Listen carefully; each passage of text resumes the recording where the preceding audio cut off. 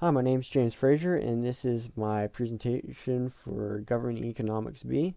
And the prompt I went ahead and chose to respond to is whether or not government should be able to regulate the internet.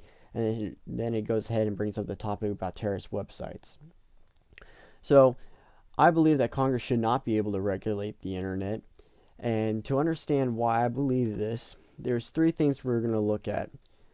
What the First Amendment protects, where the internet fits into the First Amendment, and then what about terrible websites in response to them bringing up the terrorist websites, and then I'll go ahead and give my bibliography. So, what the First Amendment protects? It protects five things.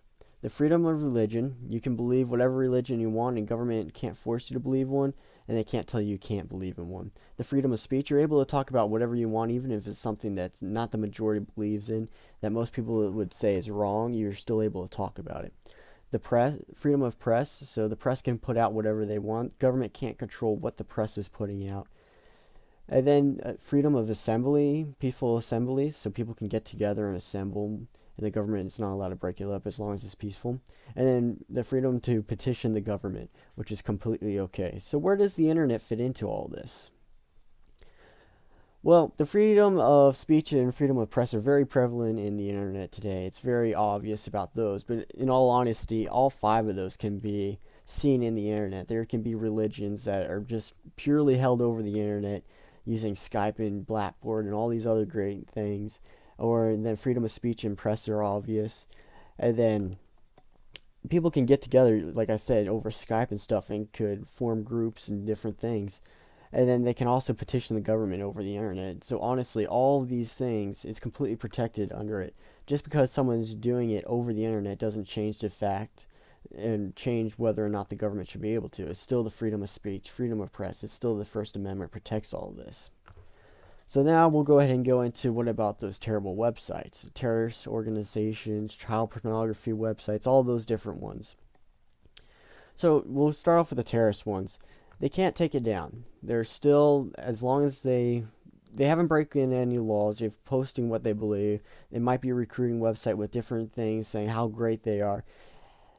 The thing is, they can't take it down because then government would be able to pick and choose what is a terrorist website. And I might just post something that they don't agree with and say that's a terrorist website. In that sense, they can't take it down. So, and then on to the child pornography, because once you brought up the terrorist organizations, this was another one that was like, well, what about this? And to me, they'll be able to take these down because this website is breaking other laws that have been created. This isn't an issue about the First Amendment. This is an issue about them breaking different laws, and so obviously they're able to take action on that. It's not going to be infringement of the First Amendment right by any means. It's kind of like if I went ahead and stole a bike. This is not even close to what it really is, but if I stole a bike, the government would be able to come and take that bike. They won't let me just go ahead and put it out there and try to sell it or whatever. They'll go ahead and take it back. And so that's what it's basically doing on this. They can't say, okay, well, it's just protected by the First Amendment. It's completely not. They're breaking other laws, which creates it and allows it to be able to be taken down. And those laws don't infringe on First Amendment rights. And so that's my presentation and why I believe that Congress shouldn't be able to regulate the internet, but they'll still be able to enforce the laws that are put out there.